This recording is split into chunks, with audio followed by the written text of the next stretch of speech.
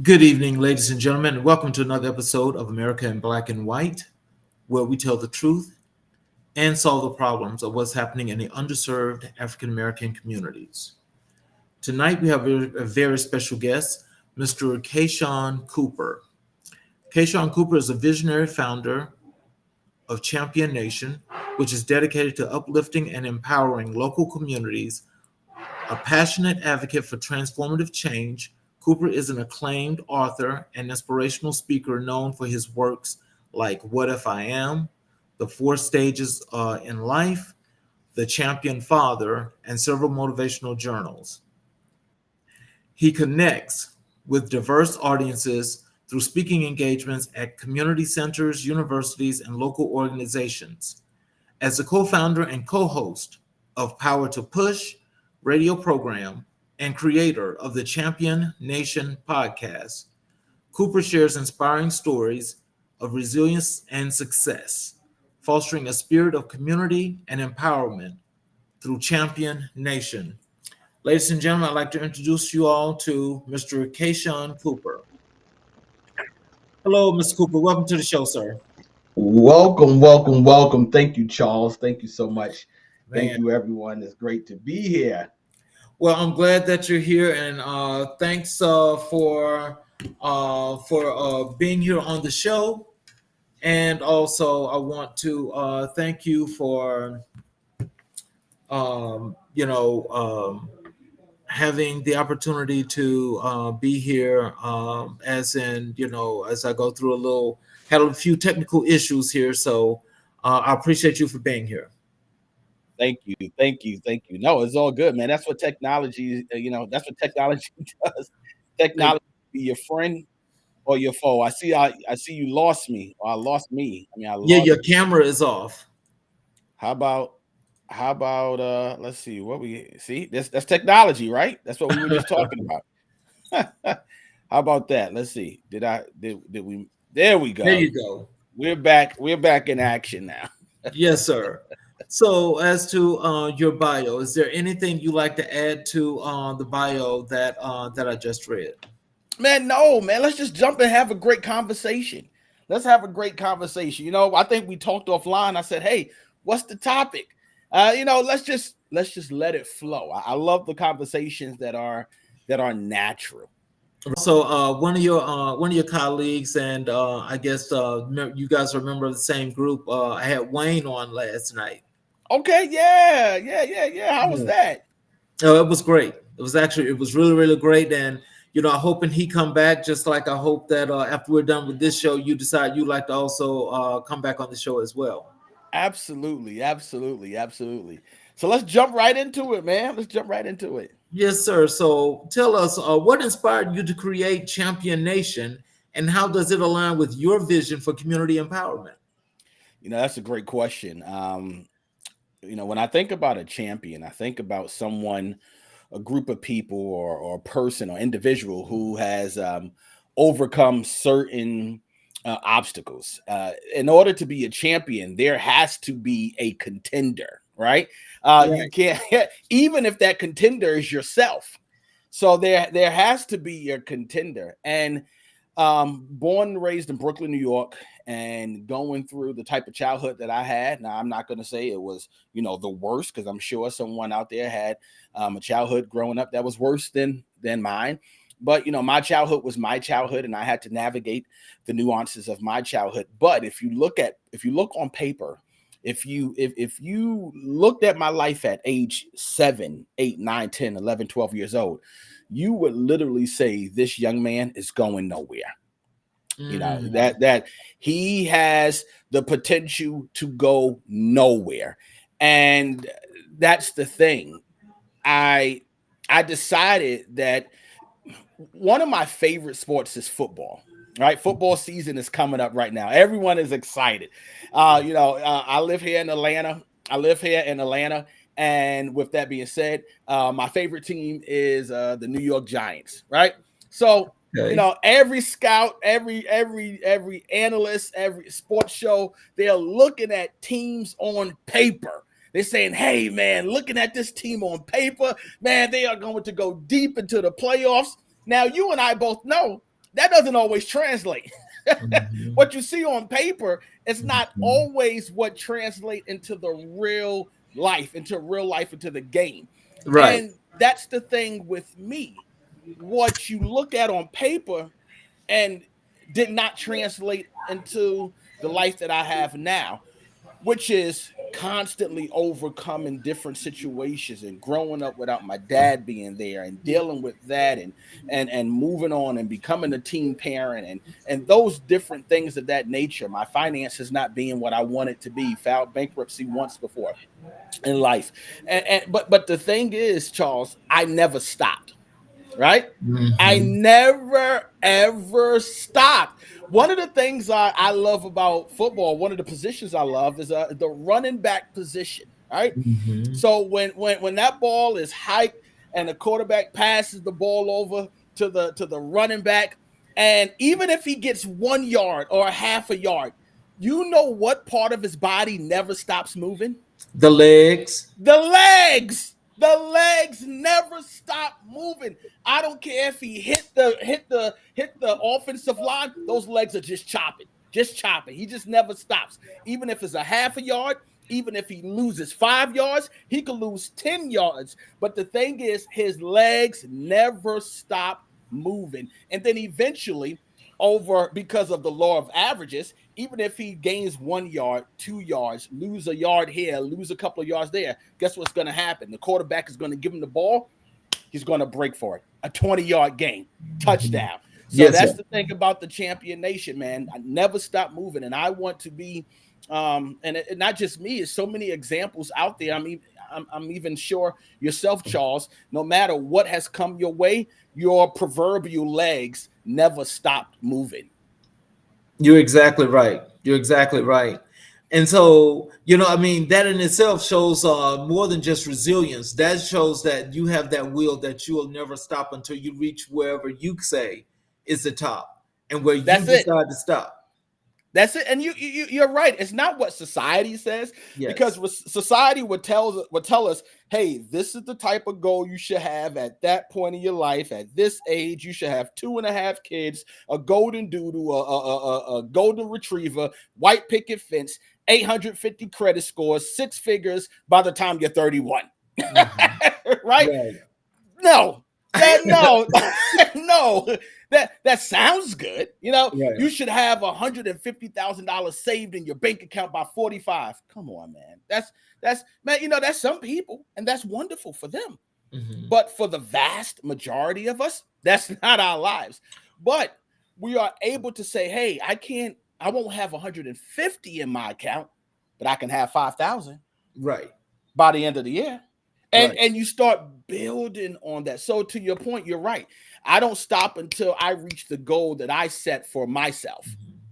And but also I think a lot of that is very unrealistic to people that look like you and I, because and it's not like it's a sob story or nothing like that, but just saying in general for what's real is that having to start so far behind and having so many obstacles before you can really get your legs going. I mean, you're not going to reach that goal regardless of the case. That goal was not set for us. Well, and you know what? To your point, you're right. The goal is achievable, but the time frame Hmm. is different. So hey, by the time I'm 45, I should have 500,000. Hmm. But people that look like you, 500,000 may happen when we're 80 years old. I mean, so but it happened. And shout out to my son. My son is watching right now, Jabari. Hey, bud, what's up, big beef? But you're right. But even with that, see, that's the thing about the champion nation.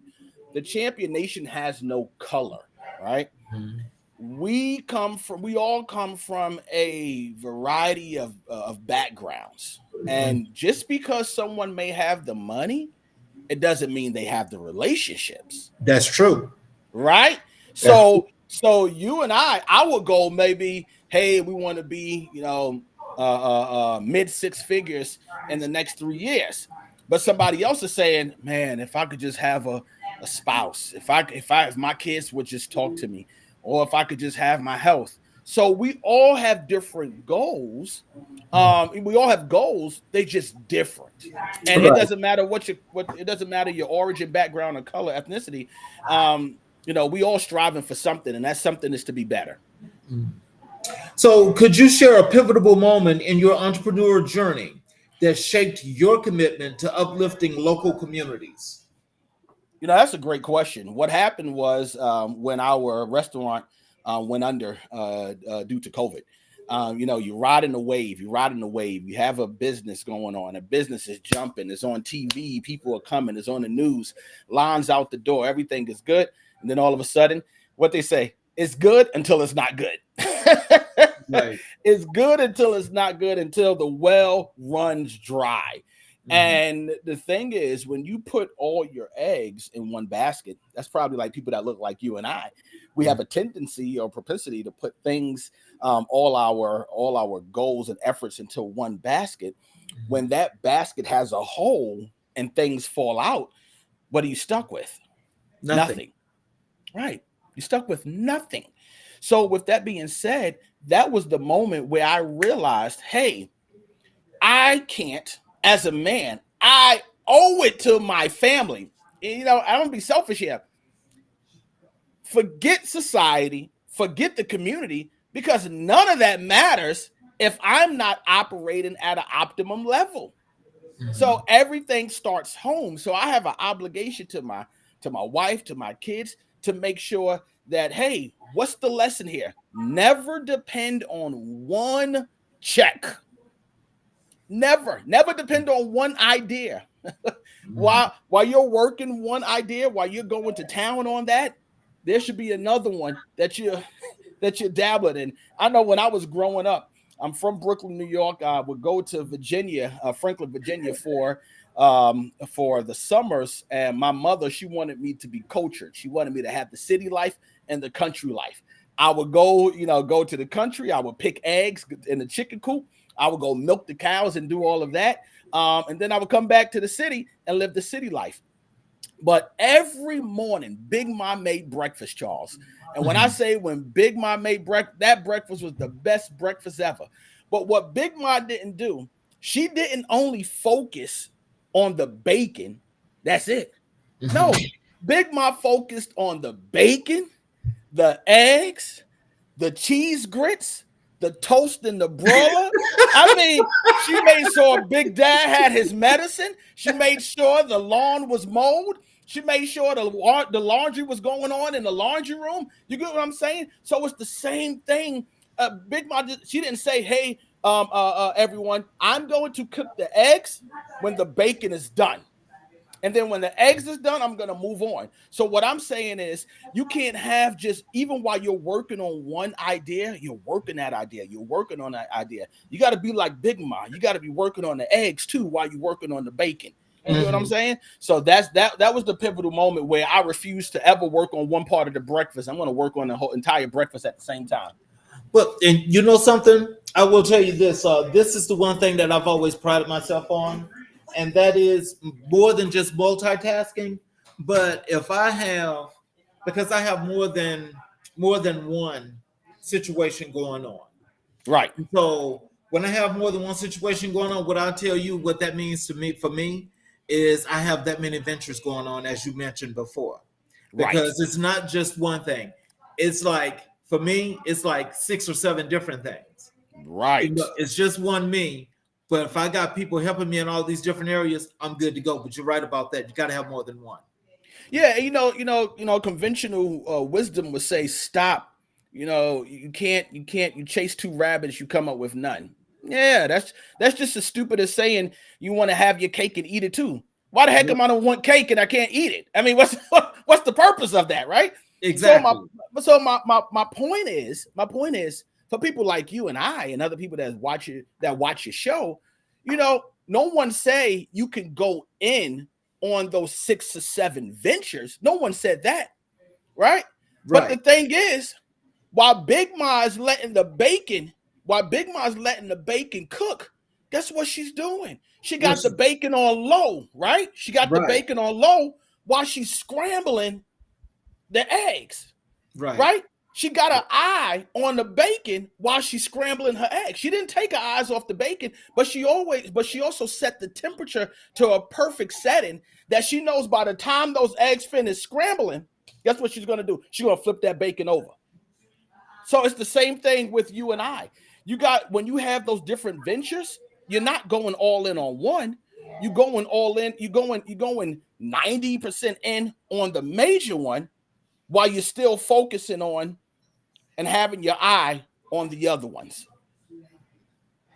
Yep. And so tell us this, as an entrepreneur, what challenges did you face when launching Champion Nation, and how did you overcome them?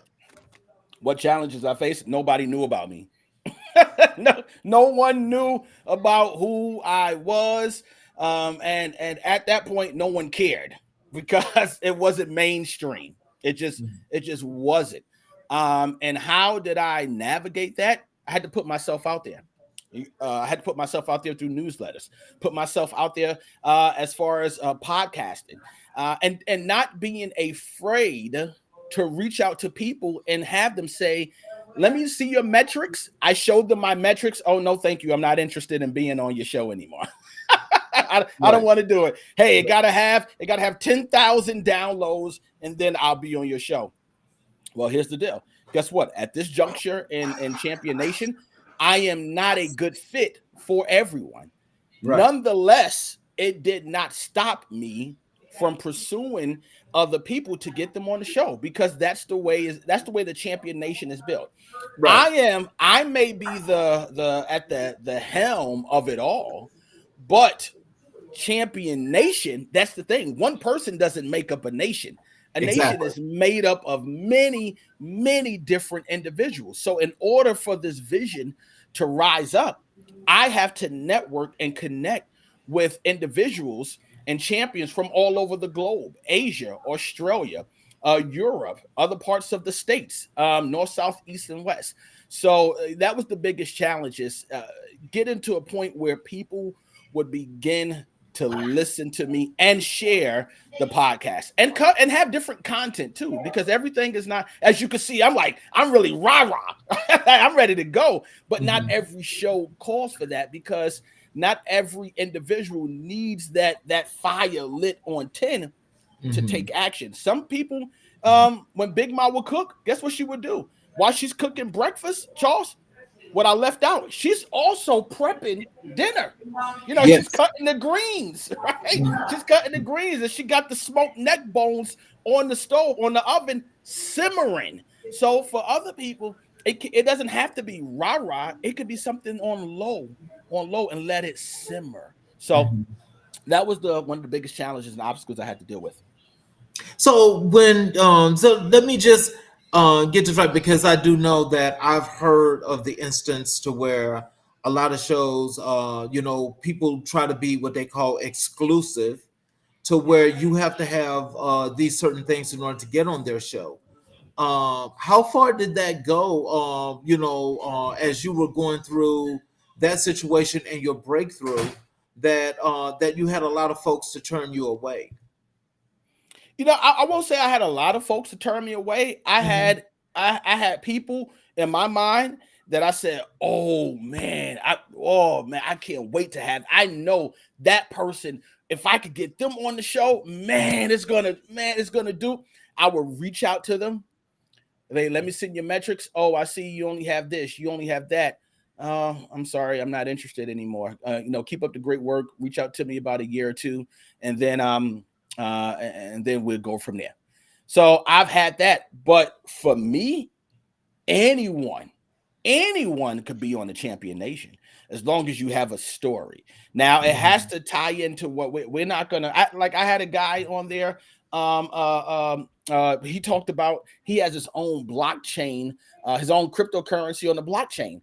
Now that is a stark difference of conversations that we ever have on the Champion Nation. But the thing is, that talked about financial literacy from a cryptocurrency standpoint.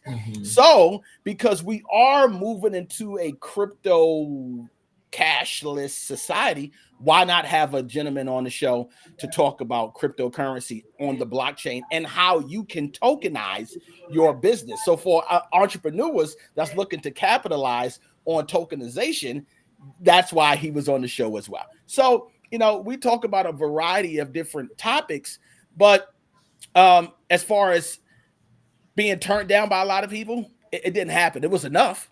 Mhm. So, what strategies do you employ to foster collaboration and engagement with the communities you serve? Ooh, that's a great question. So, what strategies do I use? So, one of the strategies that I use to foster collaboration in the community is number one, live shows like this on my podcast, right? Mhm. Live shows as well as newsletters, working with local community PTAs, schools, working with local business associations and having them as guests. One of the guests that I had on the show, he was a sheriff for the county that I live in. Oh, Um, wow. black sheriff, black guy. He was one of the first black man deputies. I mean, he is highly decorated. Right. But at the same time, I mean, how many? Unless your show is geared towards law enforcement, most Mhm. people won't have law enforcement on their show. And the reason I did that because I wanted him, and he was open about it. I wanted the community to hear his POV from a former deputy sheriff. So, Mhm. just having those open dialogues from different people within the champion nation to tell Mhm. their story, because that's how I believe that's how a lot of the issues that we deal with, they will go away. If you Mhm. knew me and I knew you, and you Mhm. knew, first of all of us have a backstory. It, Yes. I mean, Yes. we all do. And whoever says, "Nah, I'm good," I don't know. You're lying. You're lying. We all have a story. Somebody was brought up poor. Even if you was brought up rich, maybe your daddy was never around. Maybe your mother did cocaine. Maybe your father was an alcoholic. I don't know, man. I mean, we all have a story. There's no peaches and cream here. Mhm. And if we all was able to look at each other as a fragile elements within this amazing universe, we'll be understanding towards each other and not have to deal with the racial tension that exists right now. That I do believe, but it's a lot deeper. But yes, that's definitely one of the things that matter a whole lot about that. How do you balance business growth with maintaining a positive impact on the community? Well, I thought you was going to say, how do I balance business growth with maintaining the relationship with my kids and wife? I thought that's what you was going to say. But because everything starts at home, of course. But how do I, manage the business growth um, and in the community? The thing is, number one, I have to take time for myself. Mhm. Right? I literally have to take time for myself. I have to dedicate an hour of just quiet time or reading or meditating to myself. Because if I'm not good here, I'm not good here, man. There will be no growth. There'll be stagnation. And anything, I mean, anytime you hear the word stagnation, it stinks, right? Stagnation stinks. Yes. And there's no growth where there's no where there is stagnation. Um, the thing is, after I take care of myself, now I'm able to say, okay, so this is the vision that I want Champion Nation to go in. How is this going to happen? Who's in the community to help further this goal and further this vision outside of my wife, obviously my number one champion, business coach, life coach, and all that other stuff. Outside of her, who else exists that can help me push the vision? But number one, and I know I think I said this already, but number one, and I'm not trying to be selfish when I say this, but I have to take care of myself first. Mhm. I have Well, you know something, I don't think that that's selfish, because let me just say this. I think for those that don't realize that you have to take time for yourself and you have to have self care, if you are not right, as you said earlier, if you are not right, especially here and here, then you can't do nothing for anybody. No, no, And so no. when you take that time and you can actually work that out where you do have that self peace, it allows you to be able to not just share yourself, but to have yourself feeling that much more comfortable and relaxed to where you don't have to think and worry about so many things. I mean, absolutely. It's the old saying. When you are on the airplane, if the airplane is going down, they tell you who do you put the oxygen mask on first? Yourself. Yourself. You have to take care of yourself. And I'm not saying like shut everything out, shut everybody out. But for real, if you ain't good, I'm telling you, I don't care how good you think you are or how good you want to be, nothing around you is going to be good. Everything is going to be subpar. So you got to take that time for yourself. You got to and you know what that is. You know, for me, is listening to an audiobook, is listening to a podcast, is reading. Even I mean, I have so many books right here, books over there, books over here, books behind me, books right here, everywhere. But even if I just books right here on my desk, even if I just pick up a book and I just read one page and I sit and let that marinate. I don't have to. I mean, there's not too many books I've read all the way through, but even if I just sit and let that one sentence, that one page just marinate, Mm-hmm. I'm ready. I'm ready to take over the world, or at least my world. I'm ready to take over my world. My mind is right. You said one thing that I would love for you to share with all of our audience right now. What kind of books do you read? That's a very, very good question. Um, I don't have a variety, a vast variety. A lot of my books are business books, self help books, um, self improvement, sales books, because I am in sales. But once again, that's improvement. So it boils down to self help, self development, finance, business books. One of the best books that I've ever written. I mean, excuse me, read was Orison Sweat Martin, Okay.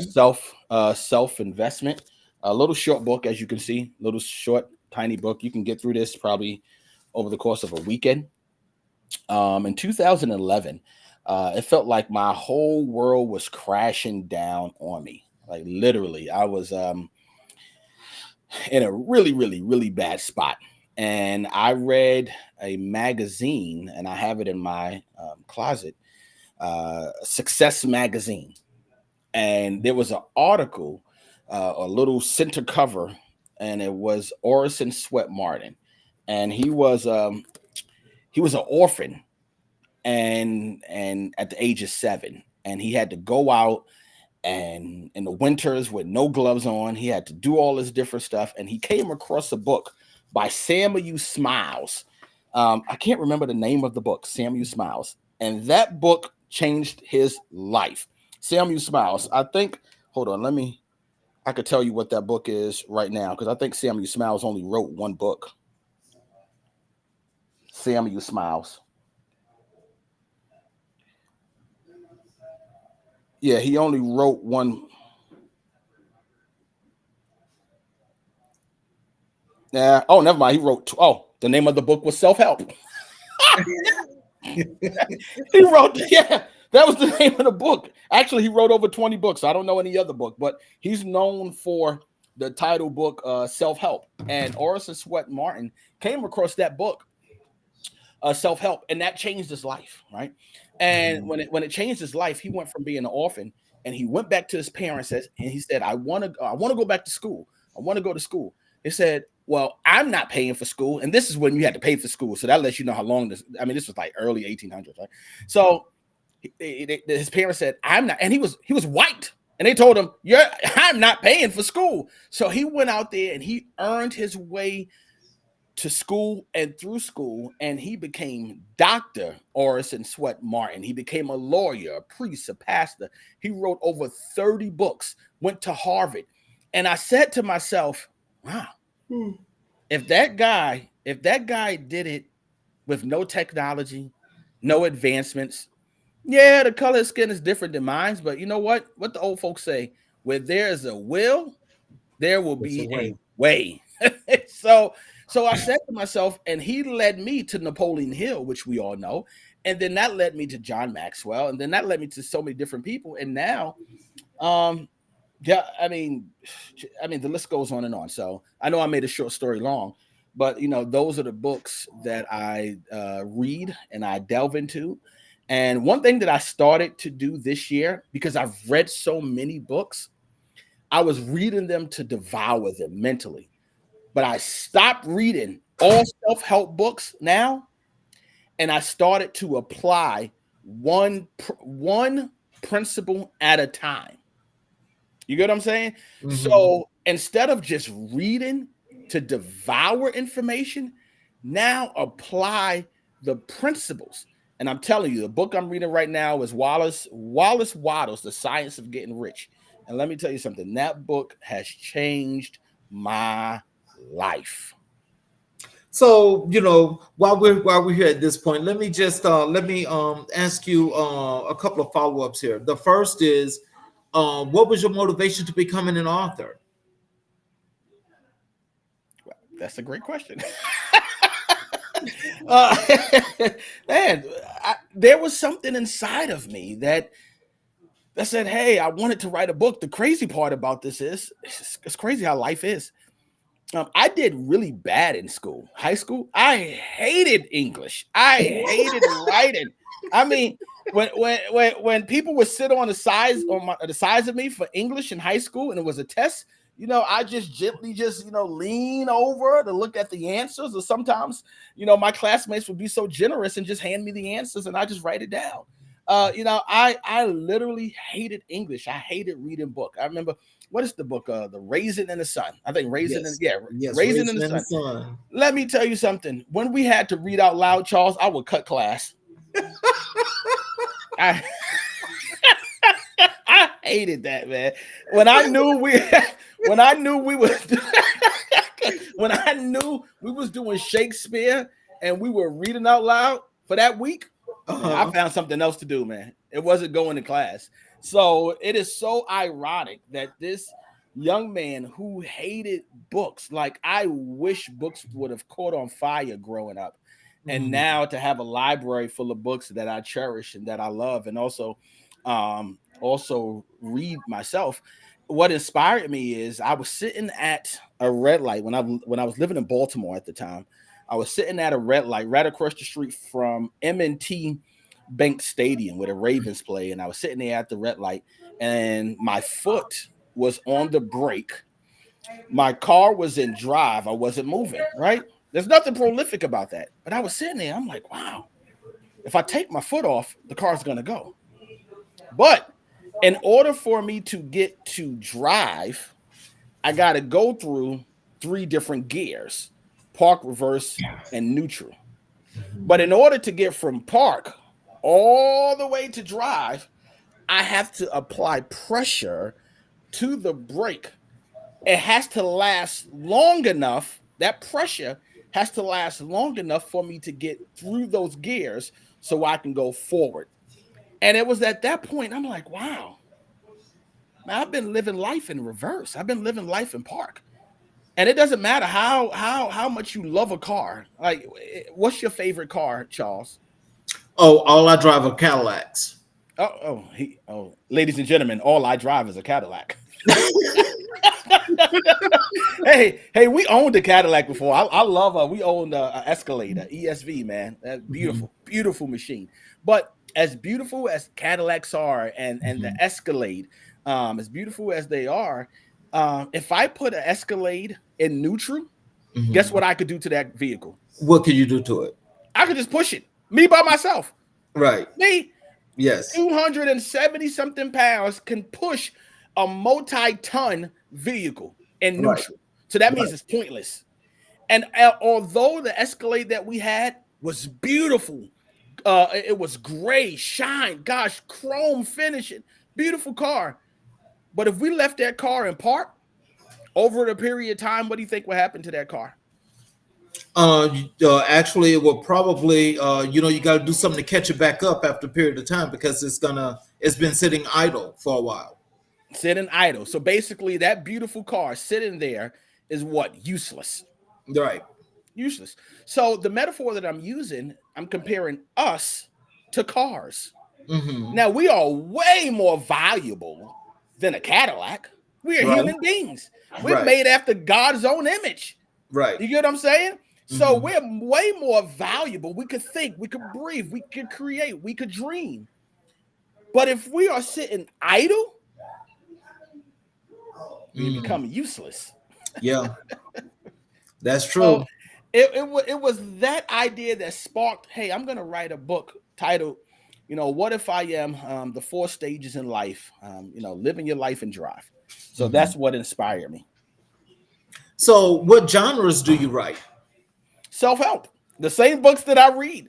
I believe that we all have a story to tell, and I don't write about my life. I'm not that type of author Hmm. where people say, "Oh man, I got to put my life out there." I think my life is unentertaining. There are so many lives that I think that are way more entertaining than mine. Well, Well, so so so I are we don't. going to wait till you become a billionaire before you decide to do an autobiography? That's exactly what we're going to do. As soon as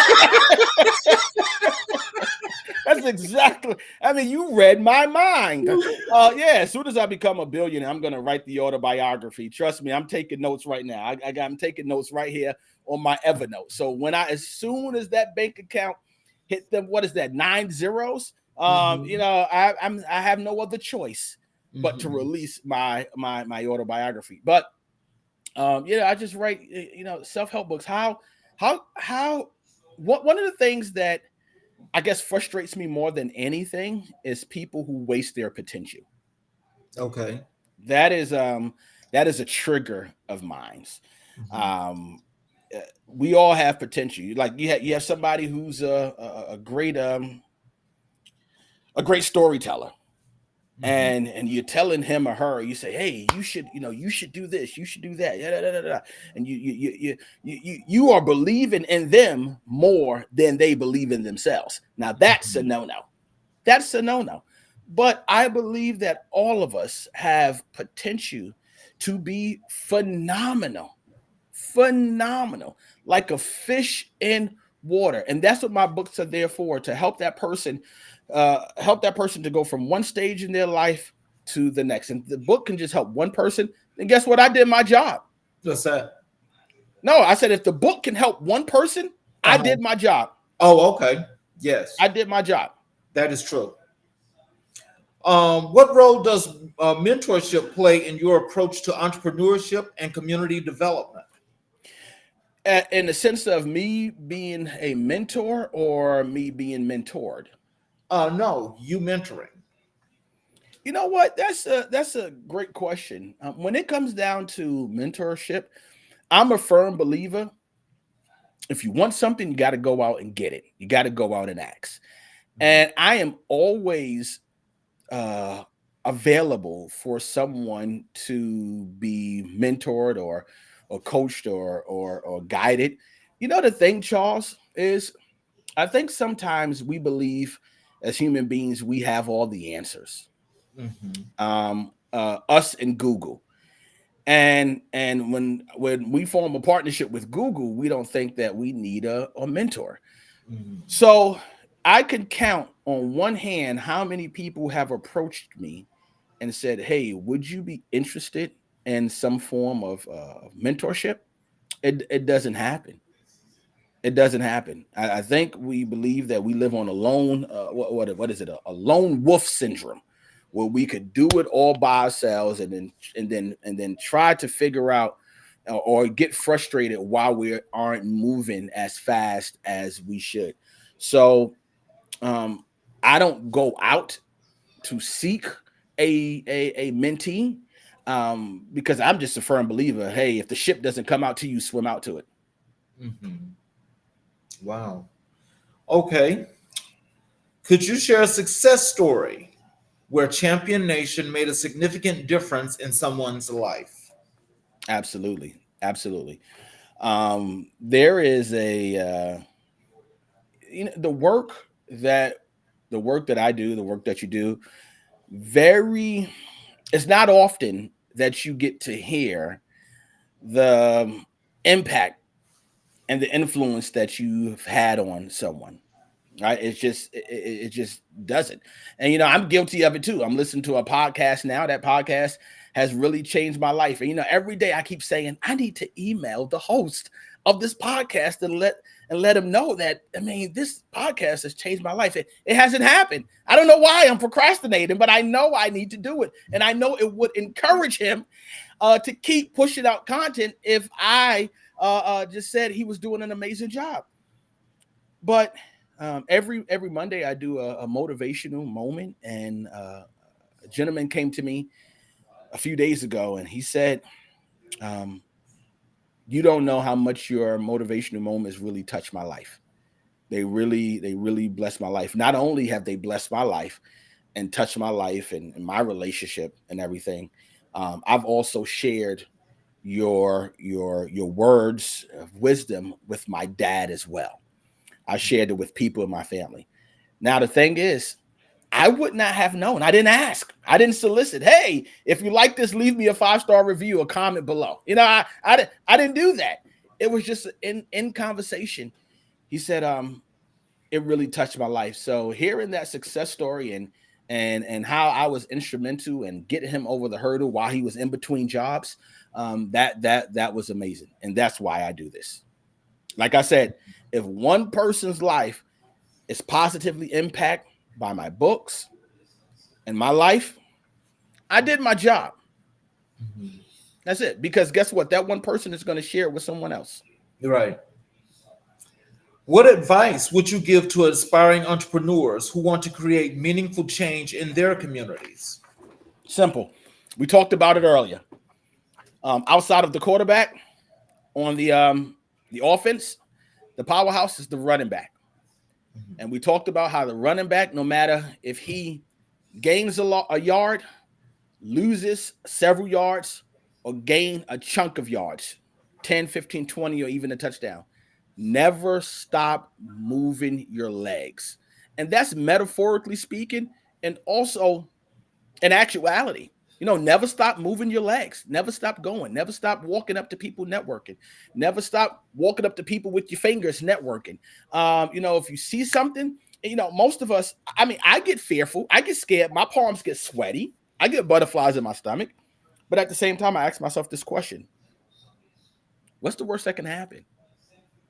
I mean, my mother, she's not here anymore, and my dad, he lives in New York. My days of getting beatings are over. I mean, who's beating me now? Who's beating me at 41? I look like Black Santa Claus. I mean, like who's beating me? No one. So my thing is, Oh my God. my thing, my thing is, what's the worst that can happen? I tell you, the worst that can happen is someone would look at me and say, "Hey, Kashaun, I'm not interested."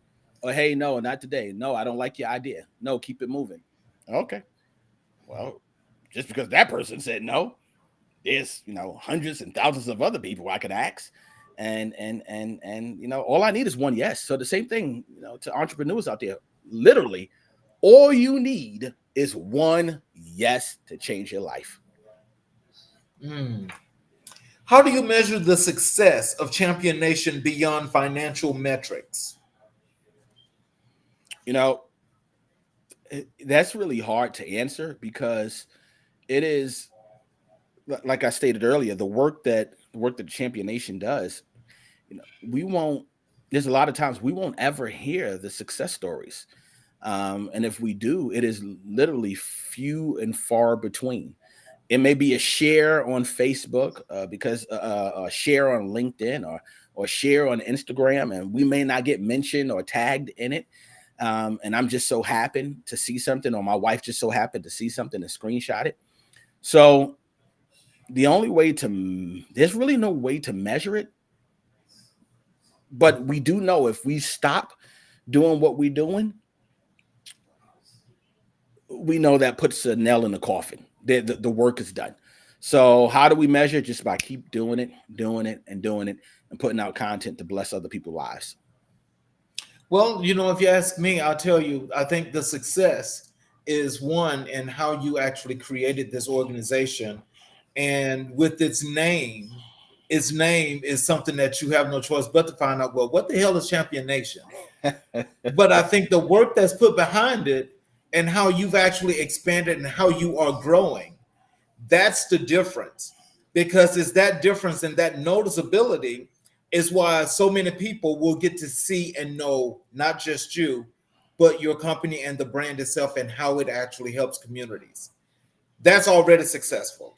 Well, So I appreciate that's that. that's immeasurable. And so we can't put that in financial terms, but I mean, hey, that's already successful. And the only thing you have to do, brother, is just keep doing what you're doing because that makes the whole difference. Absolutely. Absolutely. You summed it up for me. You could have asked yourself the question for me. You summed it up for me. I appreciate that. Yes, sir. What initiatives or programs has Champion Nation implemented to address specific community needs? One of the things that we tried to implement and that we're going to roll out, a good to great conference that we wanted to do. Was it this year? Yeah, the beginning of this year, we wanted to do a good to great conference, and that has been put on hold for now. We are going to bring that back out in 2020, either the end of 2025 or the beginning of 2026. And it's a good to great conference. It's going to be millennials, and my thing is, for all of us, we are God's children. Good and your name should not go in the same sentence. There is nothing synonymous about good and Charles. That's just not it. Not, I mean, God is not good. God is great. Exactly. I mean, just look at everything around us. Regardless who takes the White House in November or not. At the end of the day, God is still great in all of his creation and all of its creations, right? Right. So that's what the conference is going to be about. How we can go from good to great in our finances, in our relationships. There was a guy who's a speaker who I'm going to bring him back. He's a death doula, right? So he sits with people and he helps them transition from life to death. Their dying moments. He helped them go away. It is so unique. It is so unique. And the reason I wanted him to speak, because I think in order for us to fully live, we have to die. We just have to. We have to die to the like we talked about earlier, the societal goals. You got to do this by this and that and that and that and that. You got to graduate from college by the time you're 22. Hey, what if you graduate from college by the time you're 61? You get what I'm saying? So we have to die to those societal norms. So that is, I know you asked about initiative, but no, that is a conference that is definitely in the works because I know for sure it is going to be life changing. So, how do you collaborate with other organizations and stakeholders to maximize your impact? That's a great question. What really has helped with that? The podcast, man, because I get to meet people from all over the globe. All over the globe. I mean, football players, CEOs, multimillionaires, people battling health conditions. I mean, just so many different people. And the thing about the Champion Nation, there's no brick and mortar. It doesn't need to be in this day and age. There's no brick and mortar. The Champion Nation is exactly what it is. It is a nation full of people. So how do I collaborate? Just like with you and I, how we're talking now, I'm sure we're going to talk offline. I'm sure, and we talked offline before we got to today. Yes. So throughout those conversations, being able to network and collaborate, because there are things that you do phenomenally that I don't. I can't even touch the tip of the iceberg, and vice versa. So how can we work together and collaborate to bring your skills and my skills, excuse me, let me say it this way, your top-notch skills and my top-notch skills, bringing them together to create a champion nation all around the globe. So That it's is through the true. podcast. Yes, sir. What motivates you to continue championing positive change despite the challenges you encounter? Ooh, good question. I don't know how to quit. Well, That's just a, that's a winning attitude. yeah. I don't know. Now I do get knocked down. Like something happened to me a few days ago.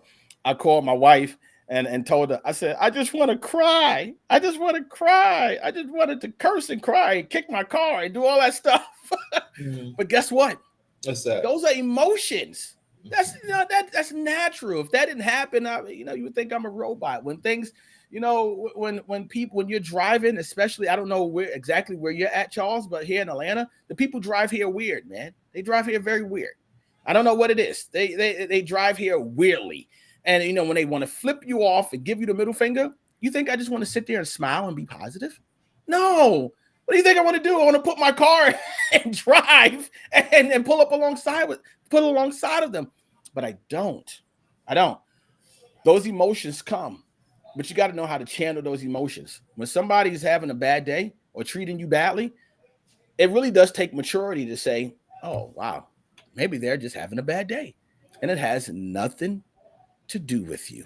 Nothing at all. So, how do I stay positive? I just can't quit. And I always want to win. Literally, I want to win. I desire to win. And when I don't win, you're talking about cranky. I do get cranky when I don't win.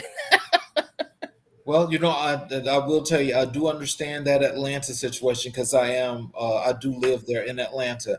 I'm just broadcasting on the road right now, Okay. uh, I definitely understand that because it can definitely put you in some serious awkward situations where you can say some of the damnedest things. Absolutely. So I keep those things in my mind. Um, what steps do you take to ensure inclusivity and diversity in Champion Nations programs? Oh, very good. Let me just shout out to my wife real quick. What's up, Boo? Thanks for watching. Dominique Cooper. Diversity. Wow.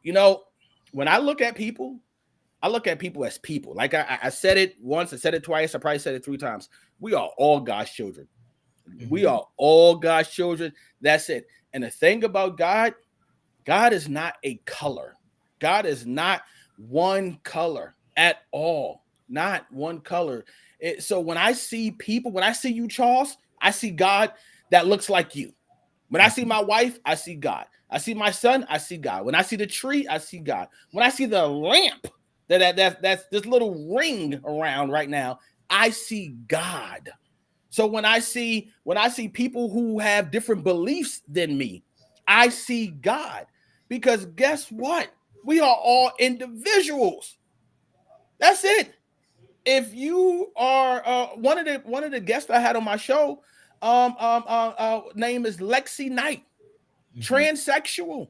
Went through the procedure and everything, and dropped some major knowledge on how she was ready to give up all hope.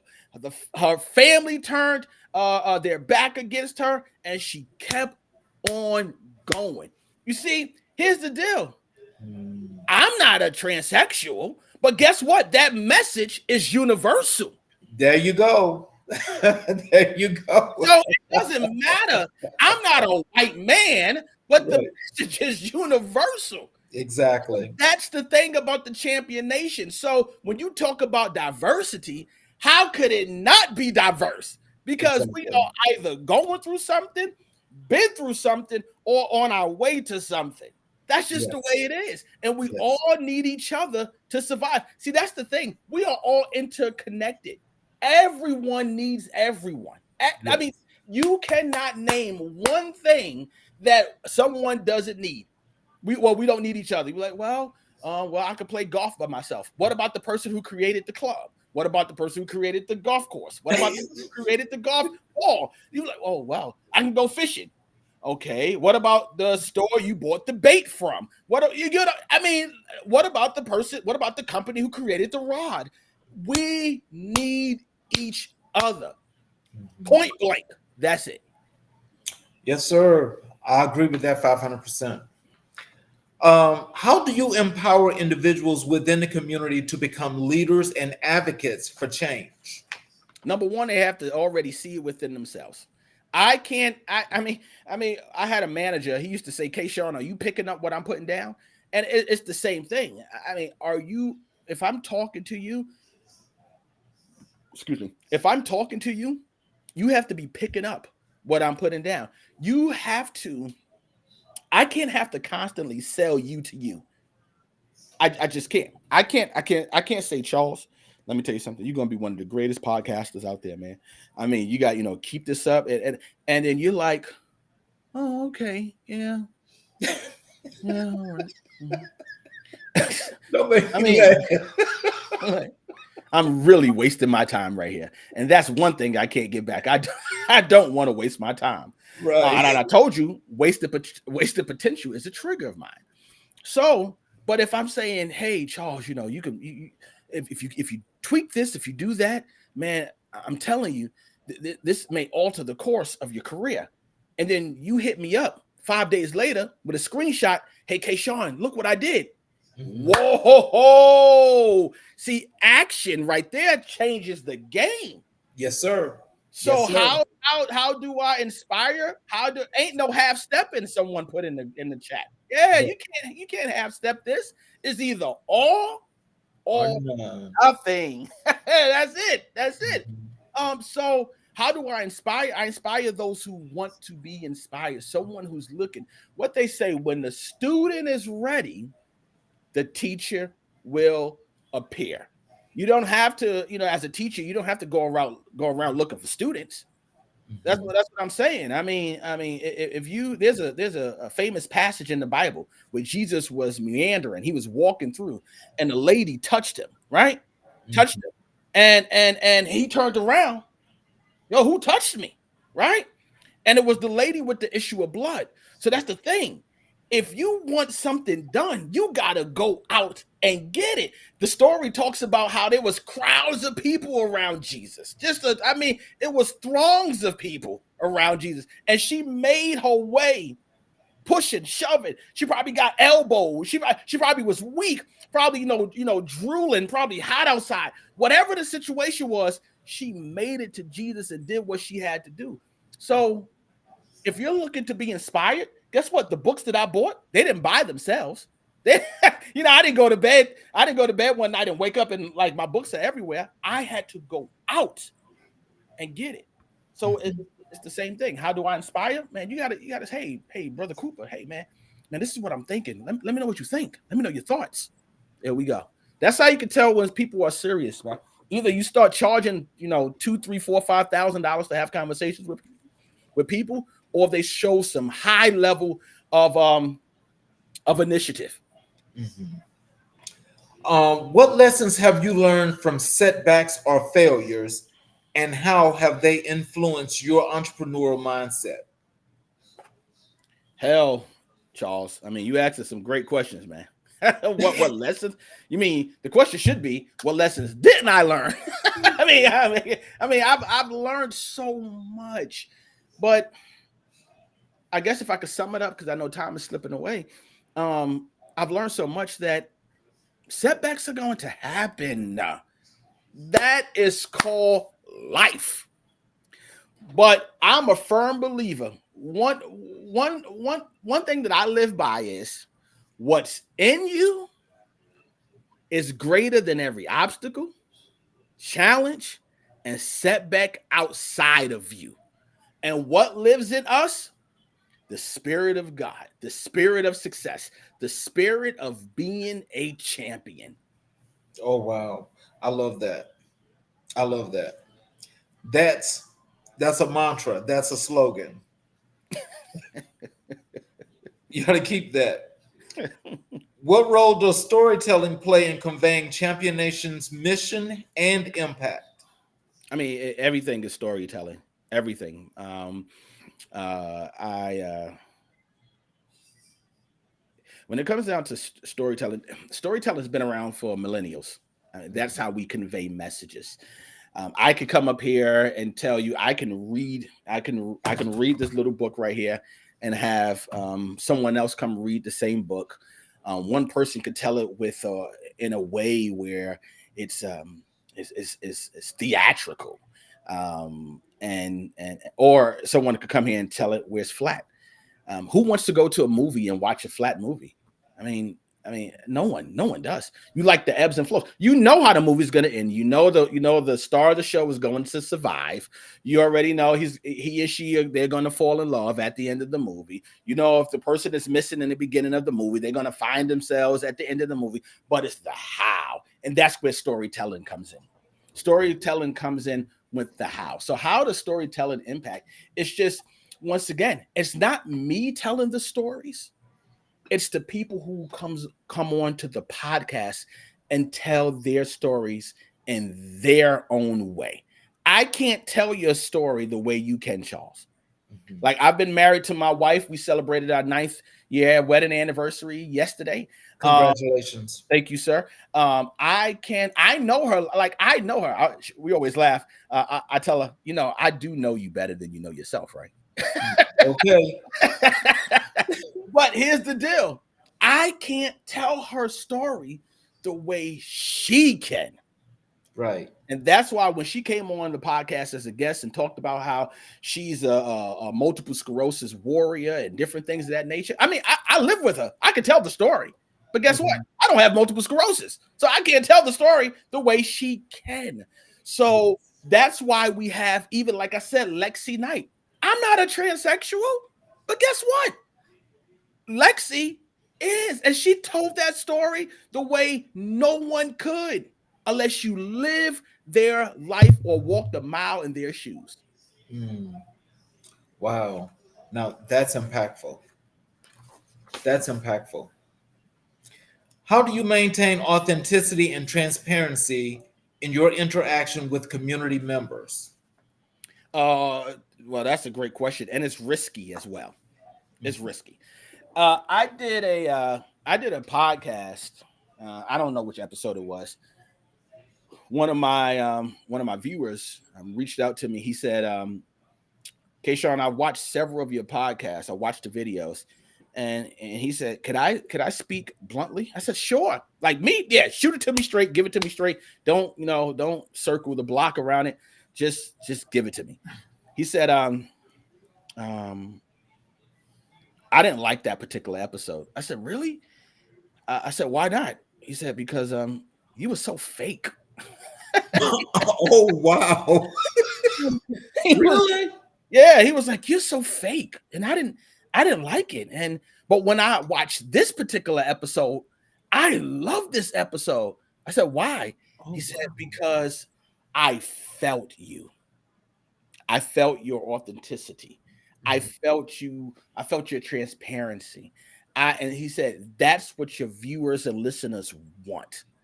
They don't want the whole, you splice it, you cut it up, you edit it, you make it look pretty, you make it look nice. I mean, just think about it. I mean, look at TikTok, look at Instagram, look at the reels, look at stories on Facebook. Everything is what? It's people lives, right? You get to see all of it. Right? There's no privacy anymore. You get to see all of it. I'm surprised you don't have a Facebook Live going on right now. with another phone showing a different angle, So being transparent and authentic, that is what has been one of the keys to my success. But it does come at a risk because people can turn that around and use it against you. But I say, hey, if you throw yourself under the bus first, what can somebody else do? Oh, wow. Now that is interesting. So I take it, is this one of your loyal viewers? Yes. Mm-hmm. Mm-hmm. What resources or tools do you recommend for aspiring entrepreneurs who want to make a difference? Now, when you ask that question, in what way? When you say what tools, what do you mean by that? Like, what kind of resources or tools that you are providing, to inspiring entrepreneurs who want to make a difference? All right. So one of the tools that we use is our confidence coaching. We do that. I do that along with one other person. My wife, she helps me out with that. Confidence. It doesn't matter how big of an idea that you have, if you lack confidence, you lack courage. If you lack courage, it's just not going to happen. If you lack confidence, you lack the courage. If you lack the courage, you're not going to communicate, right? And if you don't communicate, and one of the reasons you don't communicate because you lack the confidence. So with that being said, that's one of the things that we do, provide confidence coaching to aspiring entrepreneurs, young adults, and also high schoolers. The other thing is our weekly newsletter that has been on pause for the summertime and will come back out in September. So our weekly newsletters always have amazing stories in the newsletters. I love the stories that we put out. And Charles, if you're not subscribed to our newsletter, weekly newsletter, make sure that you do so, because the newsletter, the next one is going to drop on what is that? The third? No, what is that? The fourth, the 4th of September. So that's when the next one is going to drop. Is that on your site? Yes, I'll update it. I'll shoot you a link. Okay. Maybe you can shoot it out to everybody else, Sure. to your audience. But yeah, through our newsletter and our confidence coaching sessions, that's how we provide tools to aspiring entrepreneurs. Okay. Could you share your vision for future Champion Nation and its continued impact? Yeah, I could share all your secrets if it's confidential at this point, but it's just an overview would be nice. That's exactly I was going to say. I was going to say, well, I appreciate your question, but I respectfully decline to answer. But with that being said, just keep an eye out for the conference, the Good to Great conference that's coming out in 26. That's all. Okay. And what challenges do you see in sustaining community empowerment efforts, and how do you address them? Ask the question one more time. I was having issues with my earbuds. What challenges do you see in sustaining community empowerment efforts, and how do you address them? Here's the deal. When we talk about empowerment, there's nothing sexy about empowerment. You can sit on YouTube all day long and scroll shorts, TikTok, Instagram, and go up and be entertained all day long. But when it comes down to empowerment, if you look at an entertainment video, you may see 1.5 million views. If you look at any empowerment video, you may see 1,500. I mean, come on, that doesn't make sense, right? So the challenge is how we bridge the gap. Because with me personally, I mean, if you don't keep my attention in 0.22 seconds, I'm zoned out to something else. So what can we do? We could bring the education, empowerment, and the entertainment to one platform and tie it in. And I think that will be one of the ways how we can empower through entertainment, right? Empower through entertainment. And that's how we can overcome the hurdle. It's almost how you trick kids into eating vitamins. Here's your little gummies. Here's your gummies. Take your gummies. Hey, mommy, does you have gummies? Yeah, gummies are good. And the mother's like, oh, silly kid. Yeah. So if we could, tie entertainment into empowerment, and people see that they are being empowered without calling it empowerment, I think we would overcome that hurdle and that challenge. So how do you encourage young entrepreneurs to embrace social responsibility alongside business success? That's a great question. The thing is, when we talk about young entrepreneurs, it's almost like they came out of the womb with social responsibility. I mean, our 10-year-old, he gets on us. Hey, we got to make sure we recycle. We like recycle. I mean, bro, I'm like 41. I've never recycled a day in my life, right? And he's like, no, we have to take care of this, and we got to do this, and we got to. Whoa. That's because in this day and age, it's just that we have become so socially conscious to what's going on around us environmentally, and also what's going on around us with our peers. Like our son, nice guy, big guy. What is he? 10 years old, almost 5 feet tall, 200 I mean, 120 pounds, Oh huge. wow. Yeah, massive guy. But he's a teddy Wow. bear, right? Teddy bear. Wow. Teddy bear. And he's concerned with, hey, his classmates, what can we do here? How can we empower our my classmate there? So I think the society that our kids are raised up in, social responsibility is it just comes with it. I mean, we have a 20-year-old. Hey, no, I have to drive a Tesla. Why do you need an electric car? Yeah, because we got to make sure that I'm not consuming a lot of gas. I want to make sure I'm not destroying the ozone layer. I'm like, what are you talking about? Like, I didn't teach that. It's just the way it is. Hey, we stand up for everyone's rights. Everyone's rights. So it's just that's something that they come out of the womb with, I guess. What role does resilience play in your entrepreneur journey, especially through tough times?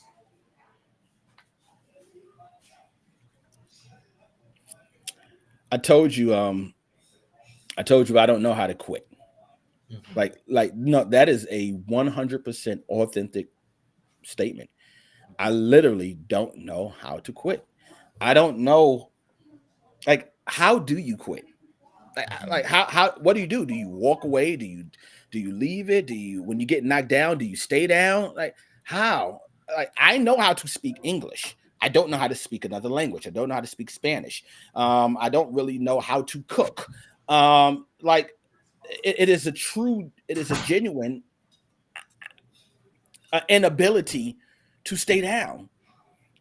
Get knocked down, yes, yes. I've been knocked down so many times in my life. I mean, yeah, it happens, and it's not going to stop happening. I'm still young, 41, so I'm sure I'm going to get knocked down a couple of more times. Take some on the chin, a Mhm. noggin on the head, have a big knot right here.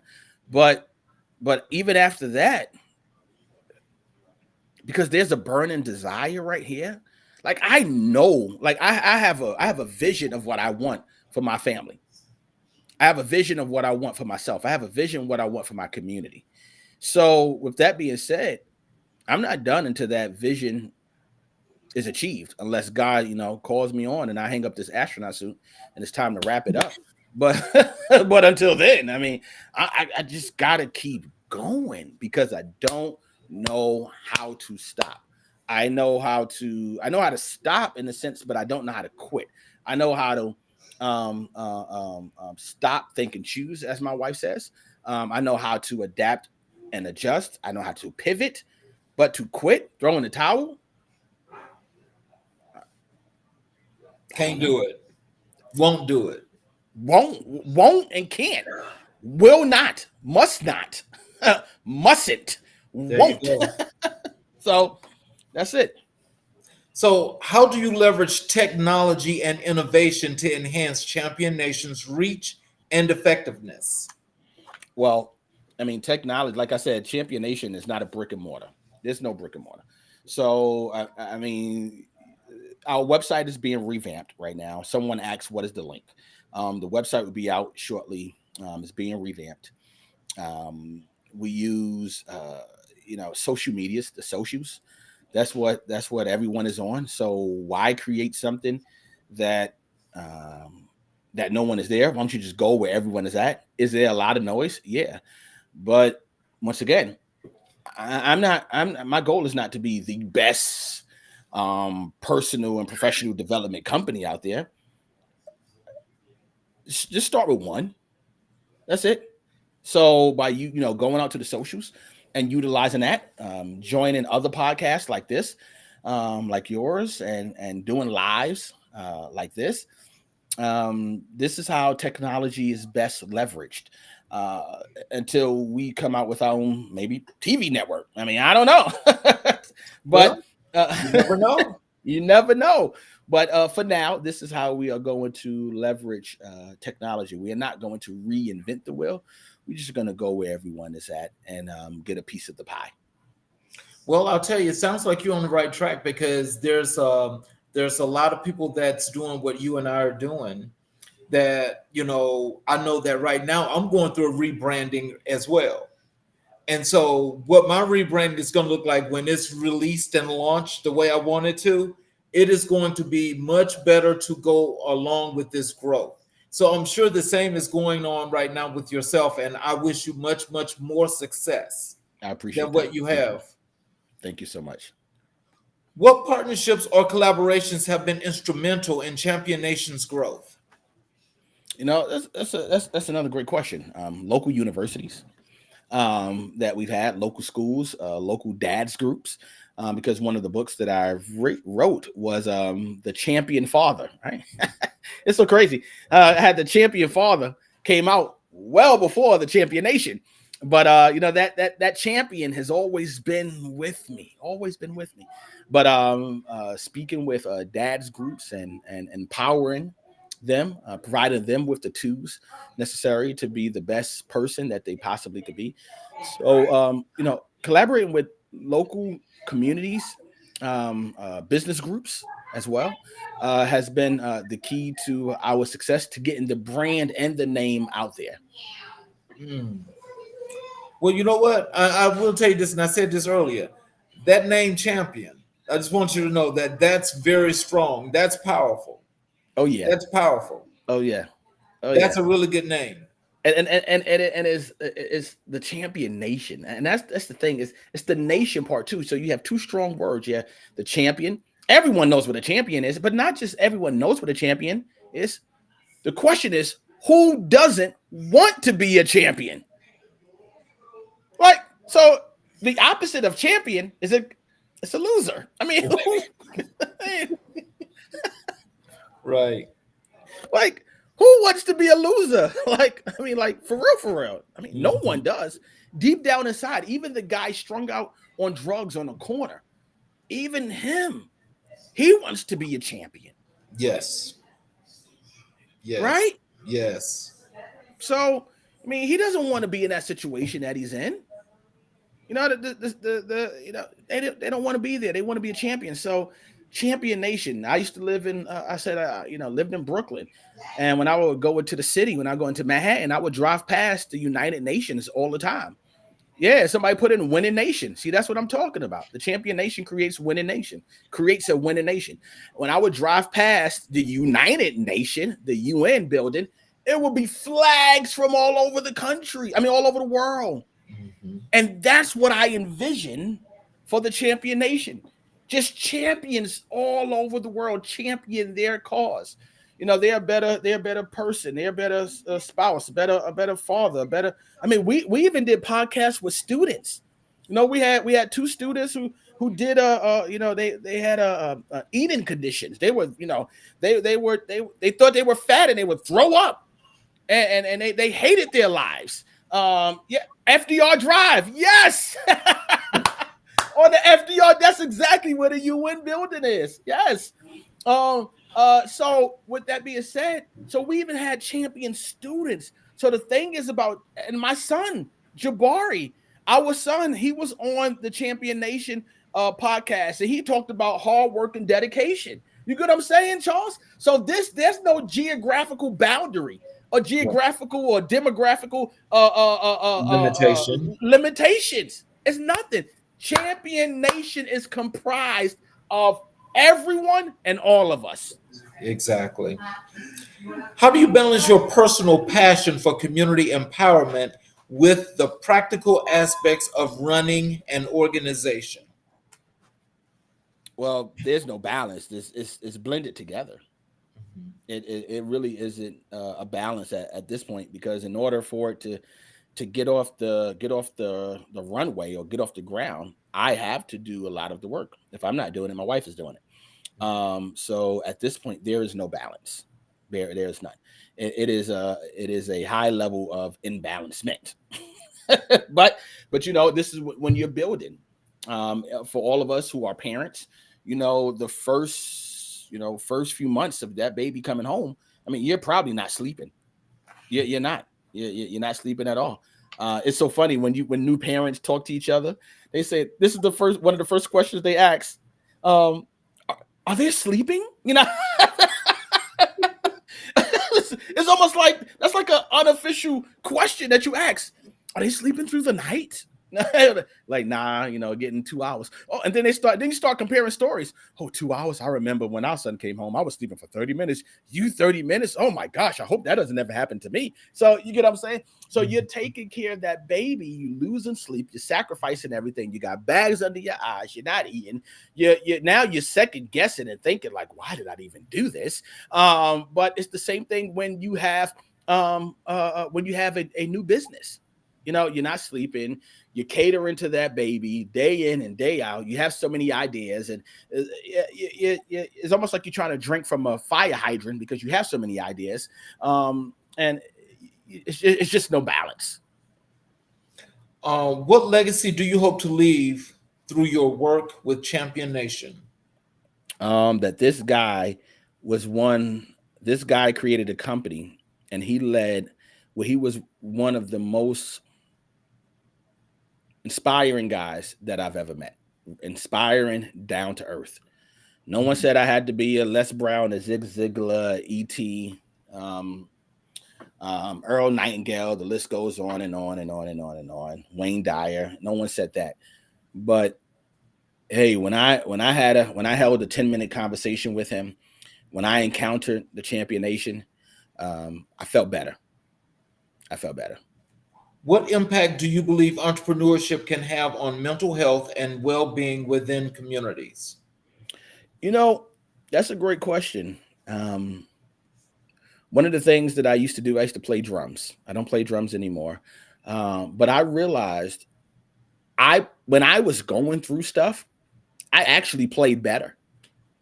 It was almost as if I was talking out my issues with the drums. It was almost like that. The drums and my sticks, they were the only thing that understood what was going on. So with entrepreneurship, especially something that you're passionate about, something that you're extremely passionate about. I mean, it can give you. I don't do drugs, but when you're passionate about something, the endorphins that it shoots through your body, I mean, you're like on a high.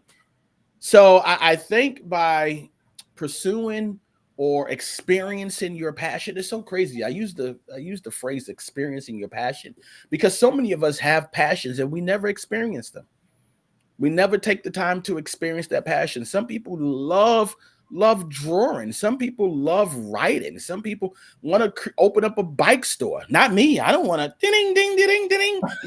That's not me. But some people don't mind hearing ding ding ding 24/7, and they're passionate about the chain that goes around the bike, and it's a 20 speed, and the wheel is this thin, and you can ride uphill. And I have no desire for all of that. But someone is passionate about that who will never ever experience that passion because of fear, because of the income doesn't meet the requirement that their current lifestyle is calling for. But if we all experienced our passions, I'm telling you, maybe mental health wouldn't be. Maybe it'd be more manageable than what it is now. How do you address systemic challenges while maintaining a positive outlook for change? I can only control what I can control. That's it. Systemic, non-systemic, man. I don't get involved in that. We already know, there are certain things put in place for certain, for us, right? But at the end of the day, I said it earlier, where there's a will, there's a way, right? So control what you can control, and what you can control, or we can control two things. This right here and our hands, our action. This, when our mind is incongruent with our actions, come on, man.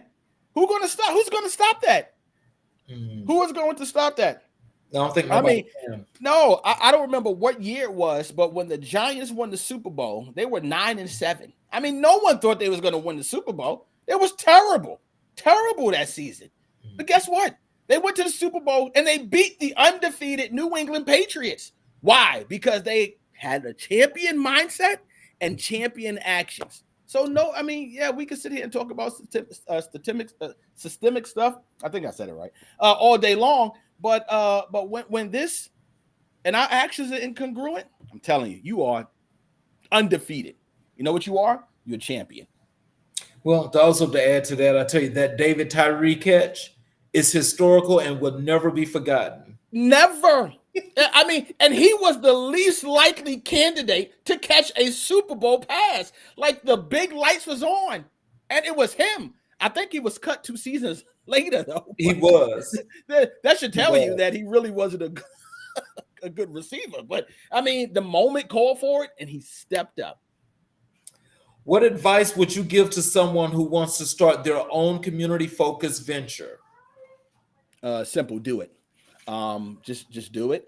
I'm the type of person, and I don't know how your viewers, your listeners are going to like this, but I don't wait till I get all the facts. Like, you know, some people sit on it, you know, paralysis of analysis. They want everything to be perfect.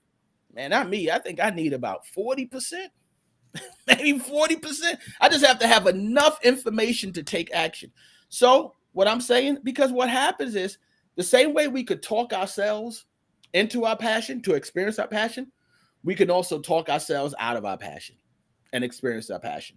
So, if you do it while the fire is hot, oh, it's going to stay hot, and you're going to, you know, figure it out as you go along.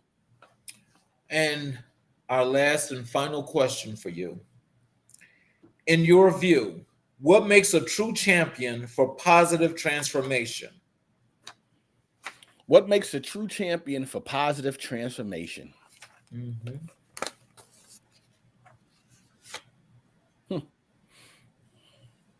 It's a mindset.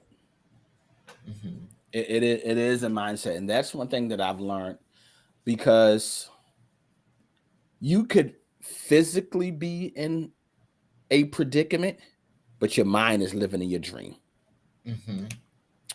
So,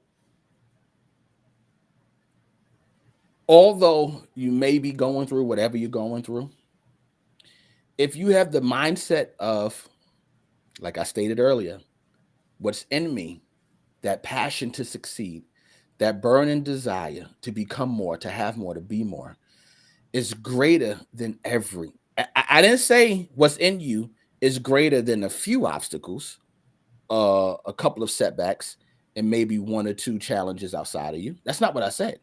And that's not what I believe. The fact of the matter is, what's in you, Charles, and what's in every single one of your viewers and listeners, what's in us is greater than every obstacle, challenge, and setback outside of us. So I'd like to thank you for spending some time with us, and I hope that we can have you back on the show again. Absolutely. And because everything that you pitched tonight was definitely, I think, impactful, but also it was something to inspire and to move people forward. Because there are a lot of people, as you say, that are sitting on their laurels because they don't know if they should move forward or not. I'd like to thank each and every individual that was watching and spent time with us tonight. And those of you that are watching on the YouTube channel, I would appreciate it if you would please hit that subscription and notifications button. So every time we have a show, you'll know when it's coming, or you'll be able to go back and watch any shows that you may miss. I want to thank you again, Mr. Kashaun Cooper, for spending some time with us, for giving us this knowledge. And we will see you again on our show at a later date, hopefully. And I really do appreciate you spending this time with us. Absolutely, Charles. This has been amazing. Thank you so much, sir. So